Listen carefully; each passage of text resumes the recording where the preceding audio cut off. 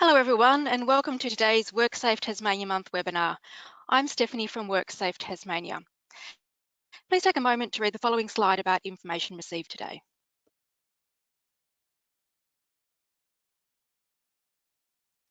To interact in today's webinar, please use your control panel to type and submit questions for today's webinar. Questions will be answered at the end of today's presentation. Only moderator and presenter webcams will be used at the start of today's presentation and then again during question time. Today's webinar is also being recorded.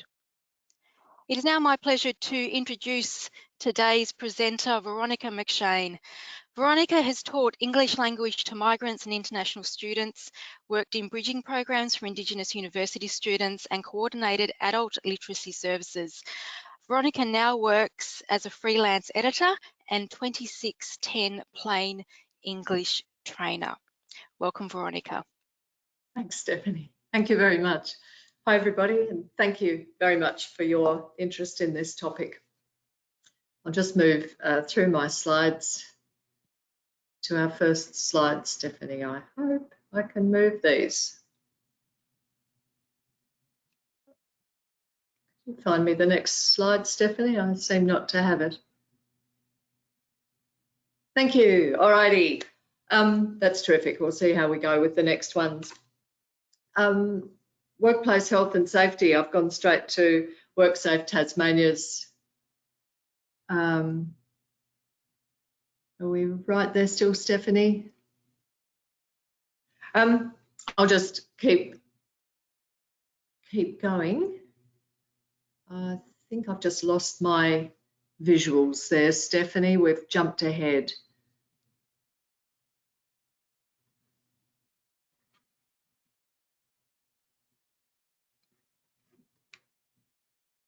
Okay. Righto, I'm ready for my first slide, Stephanie, if you could find it. Lovely, okay. WorkSafe Tasmania. You'll see a summary of a statement I found on WorkSafe website. I'll read it in full to you. A safe workplace is more easily achieved when everyone communicates with each other and works together to identify hazards and risks, talks about any WHS concerns and works together to find solutions. And the benefits are higher productivity, less staff turnover and stress leave. I'm sure every employer or business owner wants to achieve that. So the focus today, of course, is on workplace communication, in particular how plain English can help. And when I'm talking about plain English, we often think about the written word, but we can also use plain English in speech. And my aim today is to deliver this talk in plain English, so you can be my judge. Try and find my next slide. I think, Stephanie, I'll need your help again. Plain English, thank you. Plain English, this is a definition and it's a very widely held definition of plain English, or plain language as many people prefer to call it. So plain English allows the reader, or the listener if you like, to find what they need, to understand what they find, and to understand it the first time they read it or hear it, and to use that information. It sounds very easy, sounds very straightforward, but as you'll probably see in this presentation, it can be quite challenging to do this. We're talking about words, we're talking about structuring, and we're talking about designing information. And today I will be talking quite extensively about the organisation I'm representing today, called 2610, which provides plain English resources and funding.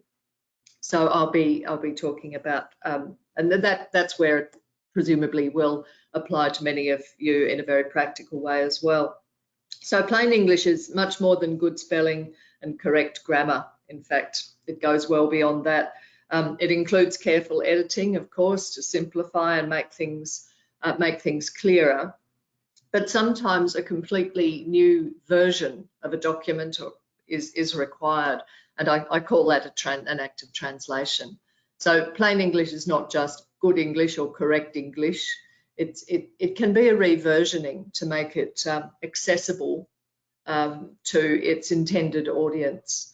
So this definition, I'll be putting this slide up a number of times to remind us what plain English is.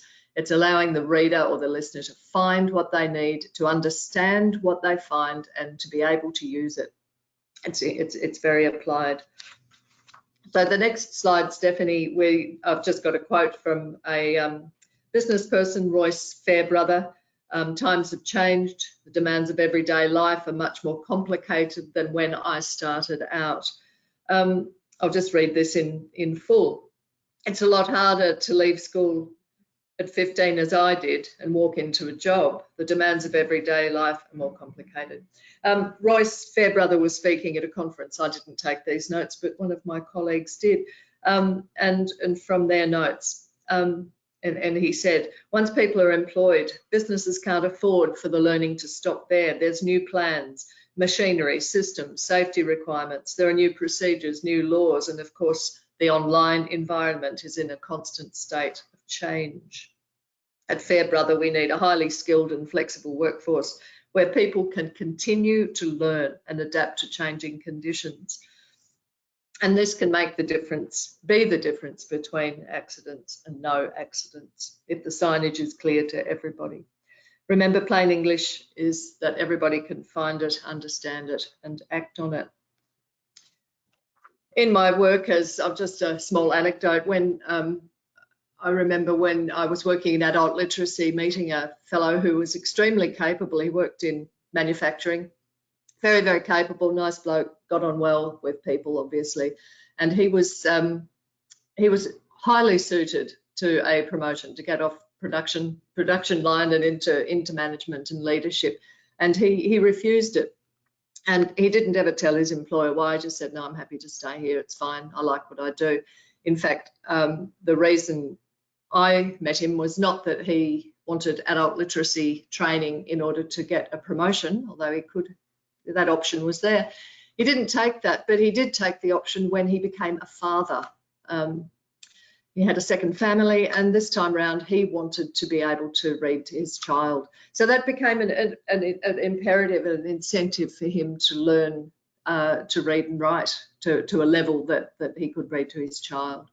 So that's really contextualises this workshop for me, is just knowing that people are struggling and it may not be apparent to you that they are. The next slide is from another employer, in this case Glenorchy City Council, who ran an adult literacy and plain English project with 2610 funding. We found that improvements in incident reporting have resulted in greater workplace health and safety. So that's a project we can speak more of if we have time, but it was funded by 2610 employer grants, and in a two-prong approach, raising the literacy, the reading and writing skills within the workforce at Glenorchy City Council, but also working on simplifying or plain English-ifying workplace documents. So it worked at both ends. We'll have a look at that if there's time a bit later on. Okay, the next slide really just gives an outline of the session that we're going into. I hope I've set something of a context. So the outline is, I'll tell you quickly about 2610, the organisation, its visions and its goals. We'll have a look at plain English, the concept, why it matters, why it's important. We'll look at employer grants, which I've mentioned, the plain English training and resources that 2610 offers to the community, so to you. And then we'll do, obviously, 2610 contacts and questions at the end. Okay, 2610 is Tasmania's strategy for adult literacy and numeracy. Its vision statement is that all Tasmanians have the literacy and numeracy skills they need for work and life. And for anyone who's not familiar with it, 2610 refers, of course, to the 26 letters of the alphabet and the 10 digits 0 to 9 that we use to make our numbers with. And literacy at all levels is probably a good concept to consider when we're talking about raising the raising the levels of literacy, numeracy through the community. So increasing skills, but also from those of us who do the writing, or more of the writing, that we write in plain English. So what we do is more accessible to those people. Just quickly through 2610, the slide you can see now that there's the 2610 is made up of a coalition of government, business and community organisations. So the leadership comes from the broad sectors. The network is made up of organisations such as perhaps your own.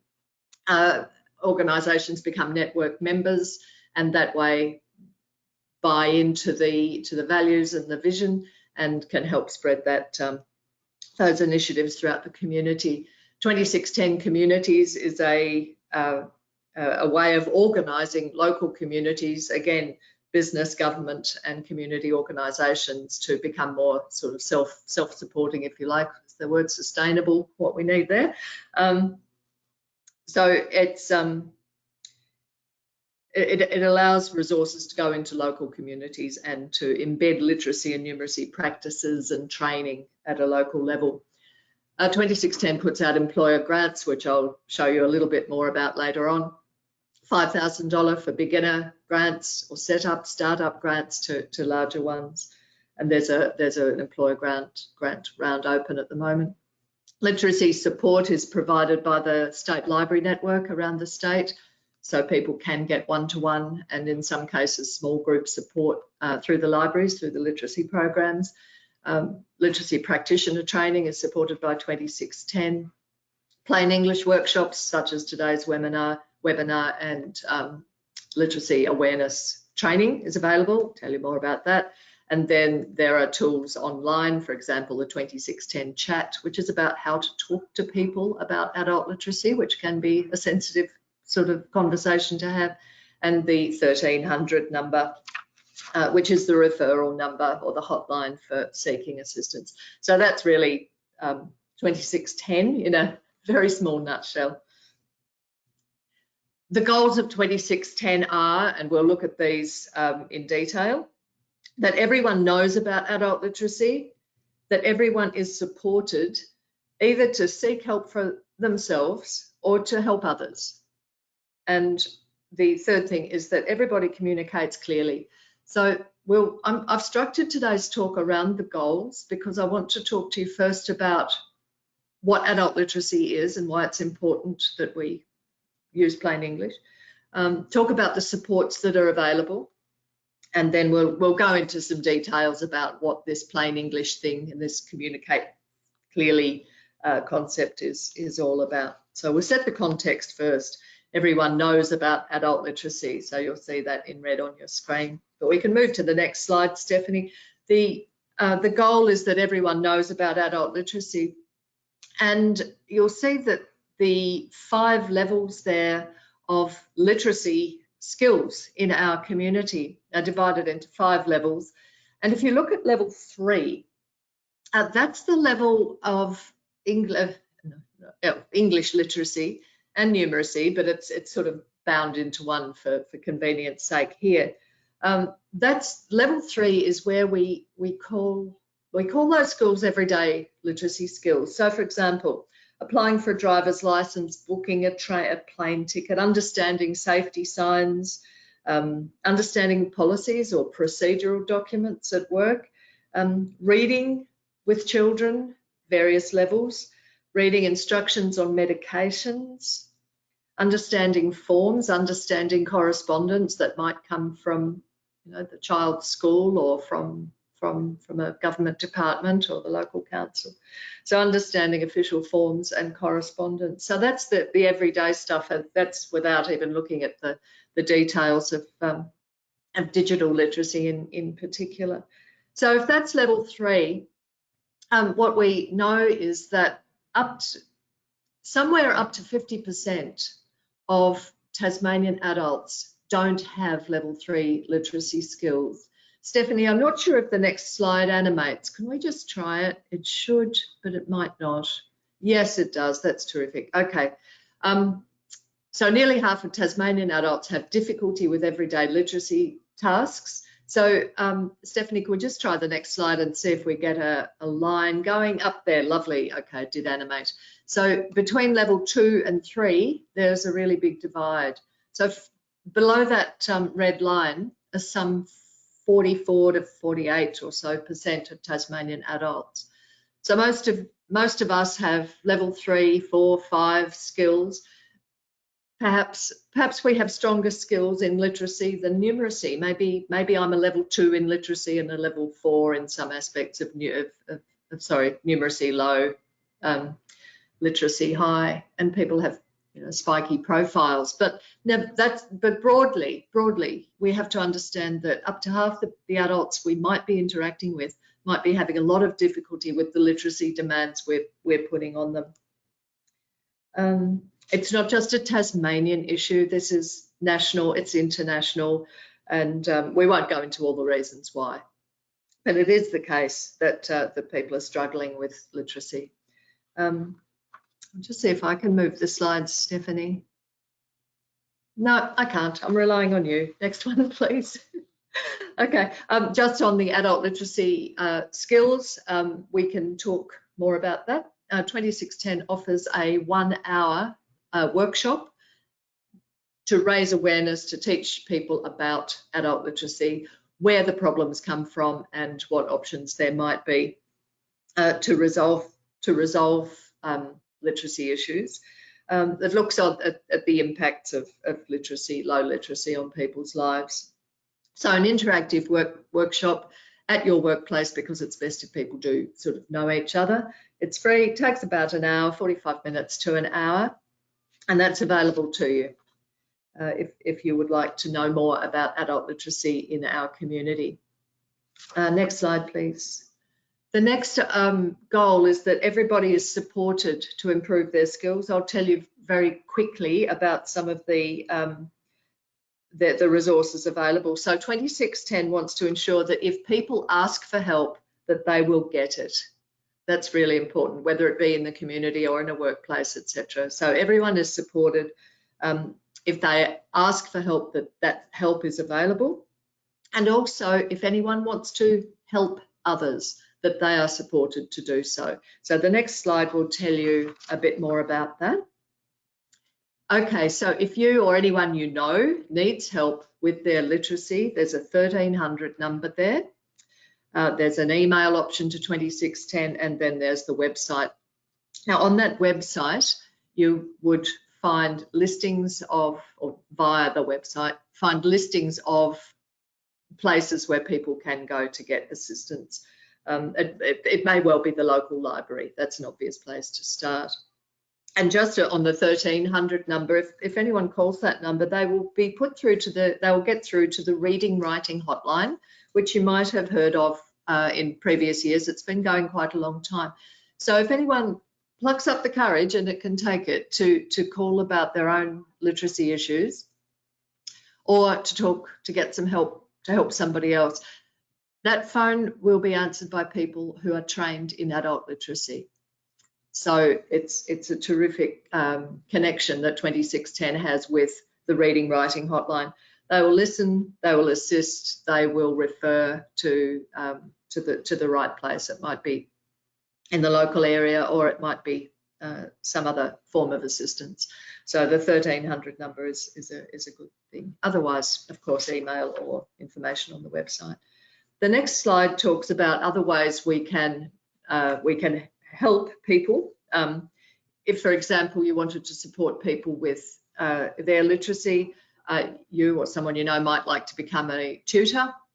Again, 2610 provides support for tutor training, free online courses run by TAFE. They are accredited and they are supported. The people who become volunteers are supported by coordinators at their local libraries or in other places in the community. So that's a really important initiative in the community. And the other thing, and I mentioned this earlier, the 2610 communities, which bring together business, government and community organisations at local level to become 2610 communities. Now there's funding for that's a big initiative by 2610.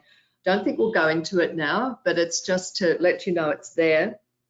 And the idea is that they will be funding more communities over the next couple of years, $3 million over the next 4 years to build up these 2610 communities. So if you're interested at that sort of local level initiative, that could be of interest to you. There's more on the website, of course. Okay, the next one will be of interest to you as employers. The grants are, as we saw earlier, up to $50,000. The aim is to improve literacy and numeracy within the workforce. So paid and volunteer workers to improve literacy and numeracy. I mentioned earlier that the Glenorchy City Council grant looked at both employee skills, raising literacy levels, and fixing documentation to become editing, reversioning documentation to become more plain English compliant, if you like, easier to read. Currently, there's a grant round open, so have a look at the guidelines for the employer grants. Very broad criteria.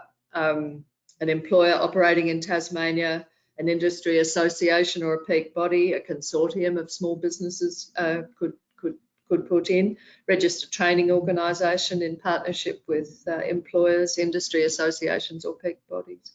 Includes private, public, voluntary organisations, and all paid, voluntary and self-employed workers are eligible for literacy support under the program. Lots of detail here in my notes, but we won't go crazily into detail there. Just encourage you to find out more about the eligibility criteria there. Where are we? June 2022, more than 11 businesses and organisations had received there was $500,000 in grants that went out. On your slide, on your screen there, you can see, and that's a snapshot or a screenshot from the website. You'll see that the 2610 website has some video, some interviews with various employers who have used 2610 grants to build skills within their workforce. There are just 3 of them there on your screen. Yeah, the Glenorchy one, it was interesting. They did a Glenorchy City Council workforce of 256 people. And they did some, must have been part of one of the startup grants. What are they called? Get Ready grant, $5,000 grant. They assessed the the literacy and numeracy skills of their workforce and found that nearly half the workforce didn't have the skills that are now needed to work well and be safe. So that project was called Work Well and Go Home Safe. So knowing that up to half the workforce didn't have the skills to deal with the requirements, the everyday work requirements, they did something about it. So they've said that since providing the training, there's been a strong improvement in the detail of incident reports, which is really important, and improvement in general workplace health and safety. A number of documents and forms are easier to use. Meetings are shorter and more effective. Now the template for agendas and minutes is simpler. Overall, participants were satisfied with the training. I've just got some quotes here. Developing spelling skills makes me feel good within myself and I feel smarter, like I'm getting somewhere. I have a better understanding of the importance of correct and concise reporting. I will remember that someone is reading the email on the end. So that's really nice. Okay, so over the course of 8 months, employees at Glenorchy Council received literacy and numeracy training based on the documents they used for their jobs. So there was one-to-one support for those who needed it, and there was small group training. And of course, the documentation was reversioned into plain English. That makes it life easier for everybody. I think we're not just writing in plain English because people have low literacy skills. It actually helps everybody be more efficient and more effective if things are easier and quicker to understand. Okay, we can move on to the next slide, Stephanie, which is looking at everyone, which is the third goal of 2610, which is that everybody communicates clearly. So we've looked at illustrations of that through the grants programs, and now we'll focus a little bit more on plain English itself. So just to go on to the next slide, which is to reiterate what plain English is.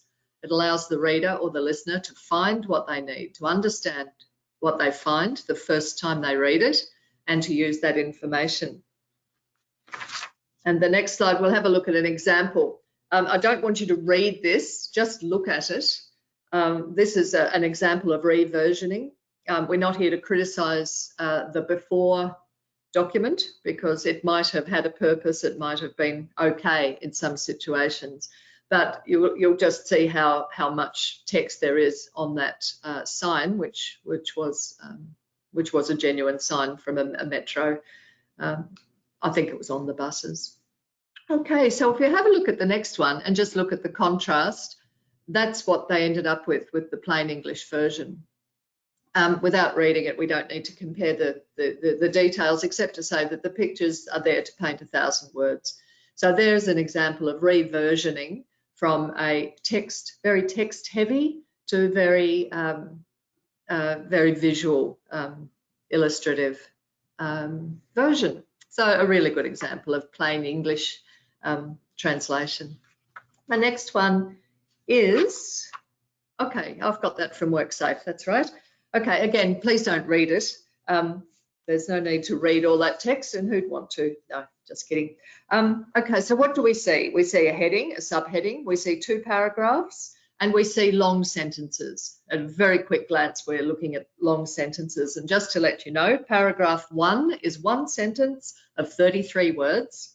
Paragraph 2 is 2 sentences, one of 30 words, one of 19 words. So the average, if my maths is good, the average sentence length is 27 words. Now that's really long. Maybe fine in some contexts. I'm not here to criticise or pull apart a piece of writing, not at all. But let's have a look visually, just visually at the next slide and make the contrast. Okay, what have we got here? We've got a heading, a subheading. We've got 3 paragraphs separated by the space, and each paragraph is a short sentence. And if you remember, the average sentence length in the last one was 27 words. The average here is 14. So those sentences are half the average length of the last one.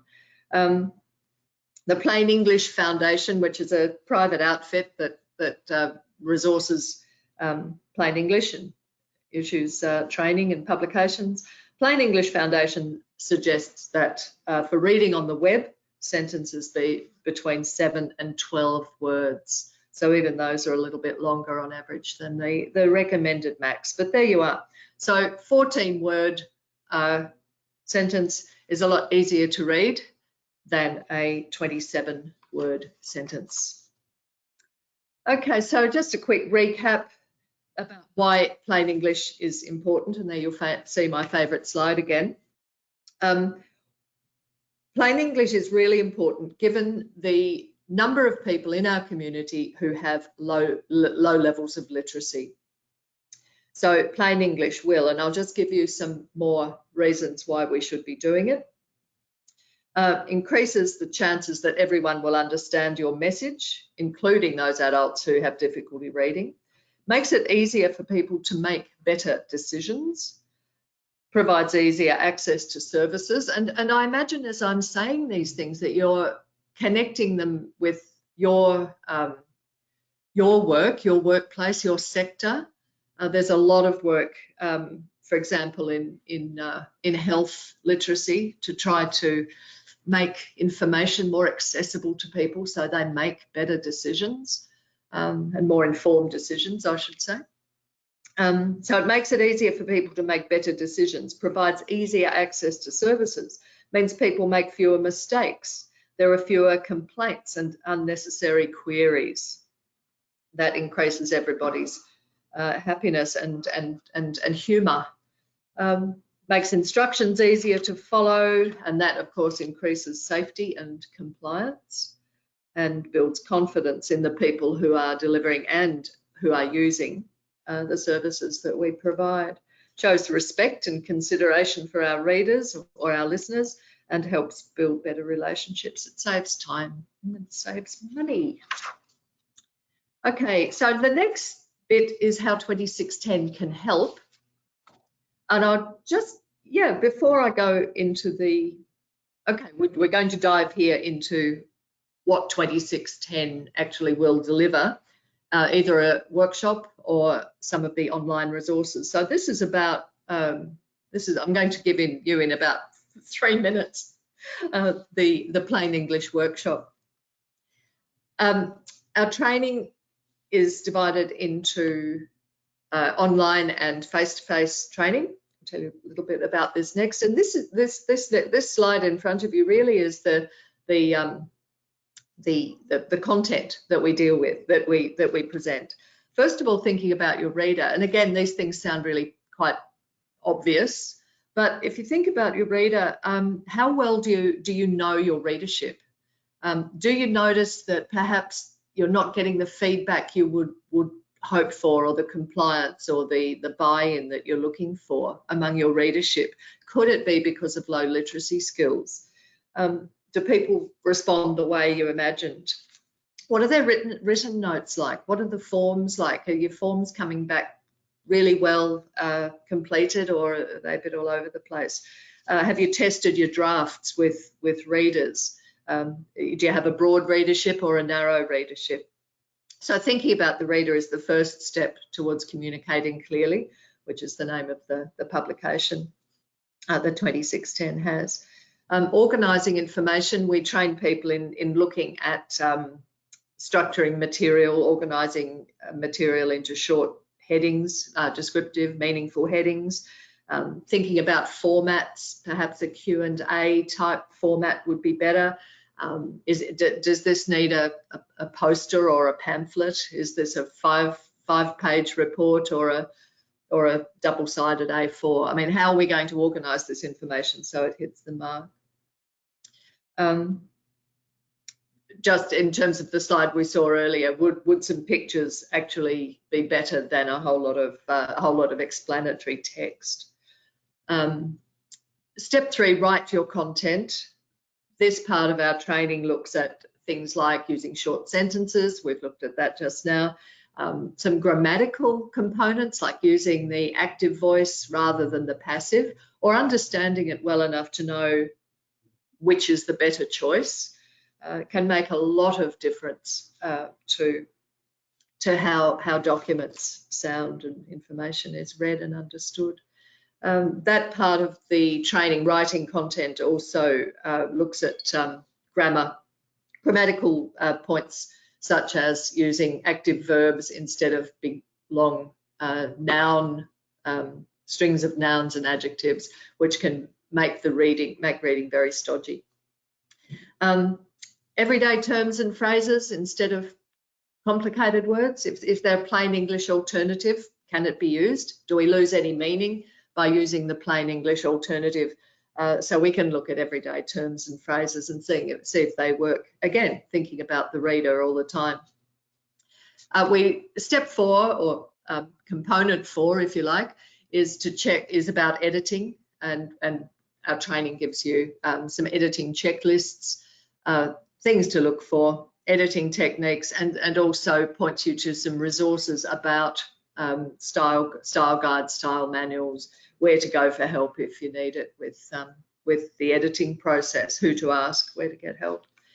So that checking is very, very important. There have been some dreadful bloopers that have gone to print. Online's, of course, more forgiving because something can be fixed as soon as it's seen. But when you're going to print, it can be pretty expensive and pretty embarrassing to get it wrong. We all know examples of when that's happened. Step 5 is designing and producing a document. And the most important thing, of course, is that all of those steps can and should happen simultaneously. that you don't design the document right at the end, because your design might inform your words and your words will inform your design, and knowing about your reader informs the design. So all of these things happen, if you like, in a complex way as you're constructing your document or your talk or whatever the material is. Okay, the next slide tells you about where you can hear more about these 5 steps to plain English or to communicating effectively. 2610 offers free half-day workshops. They are public, as in you may see them advertised in your local library, and they'd be open to individuals to register. Anyone from the public can come, and you'll find those on the 2610 website, or your local library, or through Eventbrite, etc. And 2610 also tailors these workshops to individual groups, to particular groups. So you might have a particular workplace need for a plain English workshop. It could be in, it's done in-house and at your premises if you have a suitable place, and or in perhaps in your public library if there's a room suitable if you need one. So plain English workshop, it's free, up to 16 people per session. It's presented by trained practitioners. Most of us have worked in adult literacy and in editing, so we know our grammar, and we know how to help you fix things if you bring your own materials. So information, of course, to the 2610 people or your local library. Okay, so half-day workshop on plain English, and you'll learn practical techniques to going through those five steps that I just looked at. There are also online resources. If you're on the next slide, you'll see there are online resources, which I do encourage you to go to. A lot of the material that we present in our half-day workshops are actually available online too. Depends how you like to learn. There are some videos on how to write clearer emails. That's probably one of the most popular components of the plain English training, is the email component, and they're presented there online in some short videos. So please have a look at that. You might find that very interesting. Oh, sorry, a single video on how to write clearer emails using plain English techniques. There are checklists, as I said, sort of writing and editing checklists that you can just print off and use in your workplace. You can have a look at a document and then just go through it and say, does it do all these things? Does it? Oh, I won't go into the details, but there it is. And you could say, use that in your workplace as a matter of course, if you wanted to. The booklet we use in the training course is available online as well. You can see a picture of it there on the screen.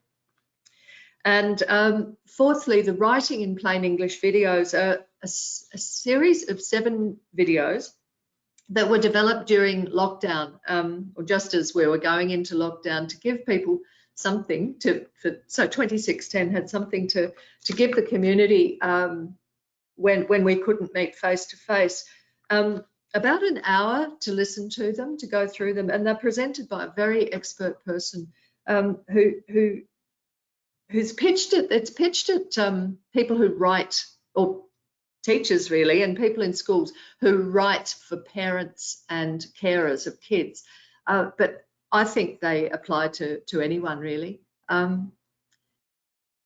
So you could work through a short, sort of a self-paced course, if you like, to pick up some of the principles of plain English, and you don't have to go to a workshop to do that. And I think that initiative really came about because of the need for teachers to communicate effectively with a very broad range of parents in terms of their literacy skills, and it raises your awareness really when you know that what you're not getting the forms back, you're not getting the feedback. There are kids missing out on excursions because the form isn't signed or isn't completed properly. There are just really practical ways that those videos can help raise the awareness of the literacy problems that are out there in the community, and also encourage us to communicate with our clients, if you like, clients and the people we work with and work to write to them in a plain English kind of way. So it's really important that our readers understand what we write, and that's why it's up to all of us to develop that skill of communicating clearly, while on the other hand, doing all we can to increase the literacy levels of the people around us in our community. And I'm just about on time, I think, to wrap up. We could just go to the next slide, and it'll reinforce or go back to the place we started. So a safe workplace is more easily achieved when everyone communicates with each other. And I hope that now you can see that what started as perhaps a fairly obvious or fairly simple sort of statement becomes a bit deeper and a bit more interesting when we talk about one of the components of that, and that is to write in plain English and speak in plain English. I hope I have spoken in plain English and made it understandable, accessible, and indeed something that you may decide to take some action on. I just want to quickly reiterate that 2610 has resources to support you to do these things, whether it be through the grants or through training or through working at local level through 2610 communities. I'd like to invite everybody to become a 2610 supporter. Everything from, you can sign up as a supporter and then you'll get emails and updates. You can have a look at 2610 Facebook page. But in terms of at organisation level, I do encourage you to have a look at the grants and have a look at the training and to become officially part of the 2610 network. The final slide is the contact email address. I asked 2610 people, the people in the office, the best way to communicate with them, and they've suggested that email is better than phone, if that's okay. Of course, there are phone numbers on the website as well for individual parts of the organisation, but it's only small. There are half a dozen people running the office. An email is a good way to start with, and that's on the next slide. The email address for email at 2610.tas.gov.au, and there's a reminder of the website there as well. So that's it for my presentation, and I think I've just about got my timing right, Stephanie. Thank you. Thank you very much, Veronica, for your presentation today. So we now have time for questions, so please use your control panel to type and submit your questions for today's presenter, Veronica McShane from 2610. Veronica, are the 2610 programs, resources and services suitable for people with English as a second language? Yes. We tend to talk about adult literacy, but I also will call it English literacy. So yes, what is good for someone with low levels of English language is good for people with low levels of English literacy. The principles hold, but I mean, there are extra layers when you've got cultural differences. There are definitely extra layers when you have people from non-English backgrounds, because but listening can become really difficult. I got off a bus the other day and at Melbourne Airport, and the lovely person driving the bus said, "Everybody except Qantas get off here." Everybody except Qantas. So what did everybody hear? Qantas. So it's very tricky. You have to be particularly careful when you have people from different cultural and linguistic backgrounds, because they'll have the added problem, if you like, of not being able to hear necessarily or understand, not be able to understand verbal language, whereas people with low literacy, it's obviously the written to a large extent, because they've got the language. The speaking and listening's okay, but the writing is the tricky bit. Thank you. Such that a lot of people with low literacy will, say university students with dyslexia, will ask for an oral exam rather than a written exam, because they've got the content, they've got the language, they just haven't got the written language or the literacy skills to manage it in that way. So it's complex. Definitely. So there's still time to submit questions to today's WorkSafe Month presenter, Veronica McShane, 2610 Plain English trainer. Today's webinar is part of WorkSafe Tasmania Month, which runs throughout the month of October. We are continuing to run webinars this week, and we then do continue to into in-person events next week. So do head to worksafe.tas.gov.au to see what else we have running this October month.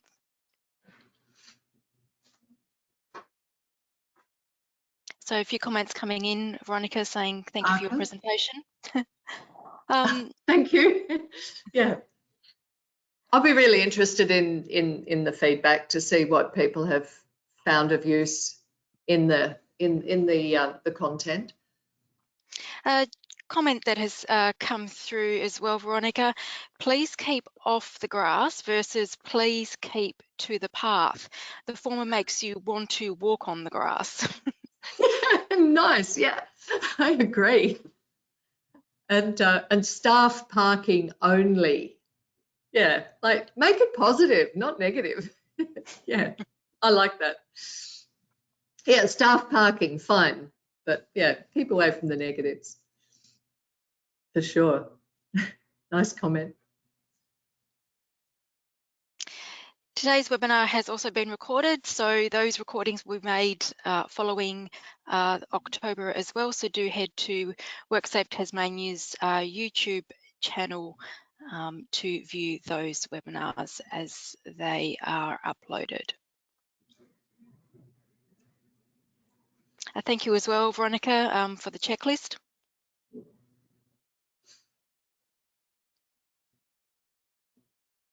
There are lots of downloadables on that website. Did you mean the 2610 writing checklist?